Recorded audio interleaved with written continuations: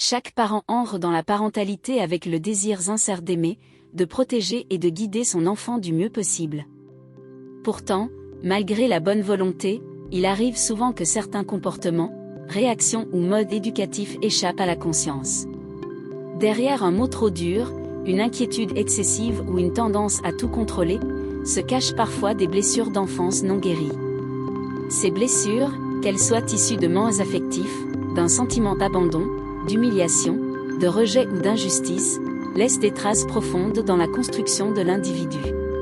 Elles façonnent la manière dont nous percevons le monde, dont nous aimons, et surtout, dont nous transmettons cet amour à nos enfants. Comprendre le lien entre ce que nous avons vécu enfant et ce que nous reproduisons adultes est une démarche essentielle pour tout parent souhaitant éduquer avec conscience et bienveillance. Nos expériences passées, bonnes ou mauvaises, constituent la trame de notre histoire. Elles influencent nos émotions, nos attentes, notre tolérance à la frustration, et la manière dont nous réagissons face à la désobéissance, à la tristesse ou à la peur de nos enfants. Dans cette vidéo, il s'agit donc d'explorer comment ces blessures d'enfance, souvent inconscientes, influencent notre manière d'éduquer, et comment il est possible de rompre le cycle des répétitions pour offrir à nos enfants une relation plus équilibrée et apaisée. Et si tu veux aller plus loin sur le sujet, je te recommande vivement de lire ou d'écouter des livres qui nourrissent vraiment la réflexion. Grâce à Kindle et Audible, tu peux découvrir des milliers de ouvrages et audiobooks inspirants, où que tu sois. En plus, tu peux commencer avec un essai gratuit pour découvrir ce qui te parle le plus. Les liens sont juste en description, et en passant par eux, tu soutiens directement la chaîne. Merci infiniment pour ton soutien et ta curiosité. Les mécanismes d'influence des blessures d'enfance. Lorsque nous devenons parents, nous avons tendance à croire que nous pouvons repartir de zéro, que nous saurons faire différemment de nos propres parents. Pourtant, notre inconscient transporte en lui les empreintes émotionnelles du passé. Nos réactions ne sont jamais neutres, elles s'enracinent dans ce que nous avons vécu et ressenti. Une première manière dont nos blessures influencent notre éducation est la répétition inconsciente. Nous reproduisons, souvent malgré nous, les schémas parentaux que nous avons subis. Un parent qui a grandi dans la peur d'un père autoritaire peut, sans s'en rendre compte, devenir lui-même rigide et exigeant. À l'inverse, il peut basculer dans un excès inverse, cherchant à ne jamais faire vivre à son enfant la moindre frustration. Dans les deux cas, c'est la blessure initiale qui guide la manière d'éduquer. Ces répétitions inconscientes ne sont pas de simples habitudes, mais des tentatives de maîtrise. Nous cherchons à revivre, sous une forme différente, ce que nous avons subi, dans l'espoir illusoire d'en changer l'issue. Un autre mécanisme fréquent est la compensation. Beaucoup de parents veulent donner à leurs enfants ce qu'ils n'ont pas reçu, de l'attention, de la liberté, de la tendresse, de la confiance. Ce désir est noble, mais il peut parfois mener à des excès.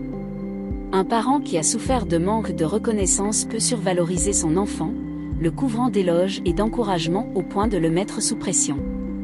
Celui qui a manqué de liberté peut tomber dans le laxisme, refusant toute contrainte. Ces attitudes, bien qu'animées par l'amour, traduisent en réalité une tentative de guérir à travers son enfant. On cherche à combler par procuration ce qui a manqué dans sa propre enfance.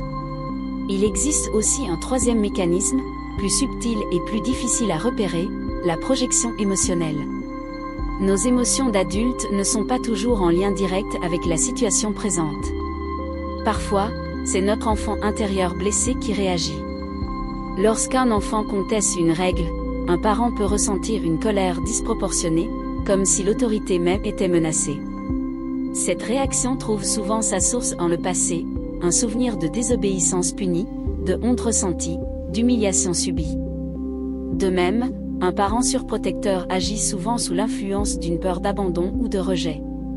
Il projette sur l'enfant ses propres angoisses d'enfant non rassuré. Dans ces moments-là, ce n'est pas tant le parent adulte qui agit, mais l'enfant blessé en lui. Cette confusion entre le passé et le présent crée des réactions automatiques, parfois injustes, parfois excessives. L'enfant, de son côté, ne comprend pas toujours cette intensité émotionnelle, il ressent seulement une pression, une attente ou une peur qui ne lui appartiennent pas. Les conséquences sur l'éducation. Les blessures d'enfance non guéries ont des répercussions multiples sur la relation éducative. Elle crée des déséquilibres dans notre manière d'aimer, de poser des limites, d'écouter ou de corriger. Lorsqu'un parent agit sous l'influence de ces blessures, il peut osciller entre des attitudes extrêmes. Certains deviennent autoritaires, cherchant à tout contrôler pour ne pas revivre l'insécurité de leur enfance. Ils imposent des règles strictes, craignant le désordre, la désobéissance ou la critique. D'autres, au contraire, deviennent hyper permissifs, craignant d'être perçus comme durs ou injustes. Ils redoutent de reproduire la sévérité qu'ils ont connue et préfèrent céder plutôt que de risquer de blesser. Dans les deux cas, l'enfant perçoit une tension, soit il grandit dans la peur et la contrainte, soit dans un cadre flou où il peine à se repérer. Les blessures peuvent aussi se traduire par une instabilité émotionnelle. Certains parents passent du calme à la colère, de la tendresse à la distance, selon leurs propres fluctuations intérieures. L'enfant apprend alors à décoder l'humeur du parent plutôt qu'à écouter ses propres besoins. Il s'adapte, se conforme, se tait. Ce climat d'incertitude peut créer de l'anxiété, car l'enfant sent que l'amour est conditionné par le comportement. Or, l'un des besoins fondamentaux de l'enfant est de se sentir aimé de manière inconditionnelle. Une autre conséquence majeure réside dans la transmission des blessures elles-mêmes. Ce que nous ne guérissons pas, nous le transmettons. Non pas par volonté, mais par mimétisme émotionnel. L'enfant grandit dans un environnement où certaines émotions sont interdites, où l'amour se mêle à la peur ou à la culpabilité. Il intériorise ces modèles et, à son tour, les reproduira plus tard. C'est ce qu'on appelle la transmission transgénérationnelle. Une blessure non reconnue dans une génération cherche à s'exprimer dans la suivante. Ainsi, une mère qui a grandi dans le rejet peut, malgré son amour, transmettre à son enfant le sentiment qu'il faut mériter l'attention. Un père qui a souffert d'humiliation peut, sans le vouloir, adopter un ton moqueur ou ironique envers son enfant. Il est important de comprendre que ces effets ne sont pas une fatalité.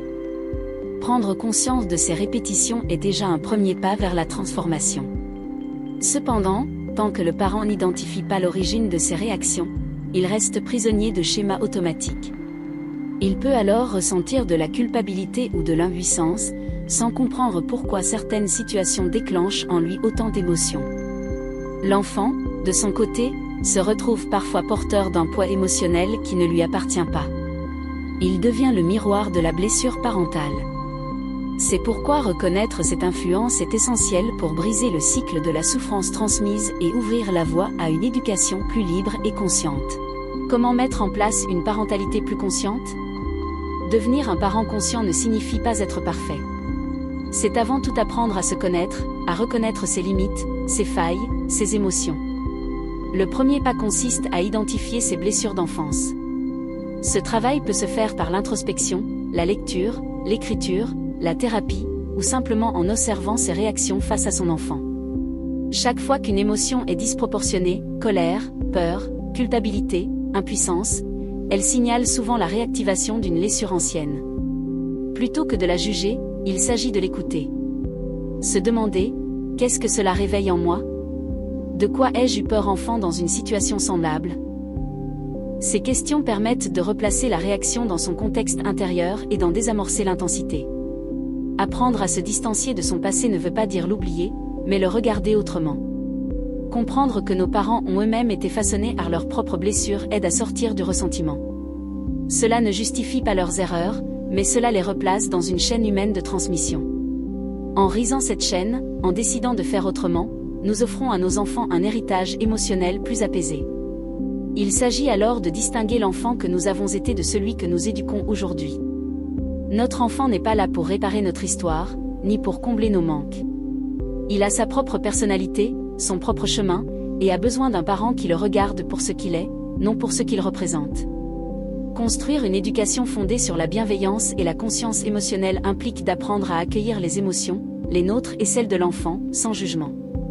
Cela suppose de reconnaître que la colère ou la tristesse ne sont pas des fautes, mais des expressions de besoins non satisfaits. Lorsqu'un parent parvient à écouter sans se sentir remis en cause, il permet à son enfant de se construire dans la sécurité affective. Être un parent conscient, c'est accepter de ne pas tout maîtriser, d'apprendre au fur et à mesure, et d'admettre que l'éducation est un chemin autant pour l'enfant que pour l'adulte. Ce n'est pas une quête de perfection, mais de présence. Il existe enfin une dimension profondément libératrice dans ce processus, celle du pardon. Pardonner à ses parents, à soi-même, à son histoire, ne signifie pas excuser, mais se libérer du poids du passé. C'est reconnaître qu'on ne peut pas changer ce qui a été vécu, mais qu'on peut choisir la manière dont on en parle, dont on le transmet.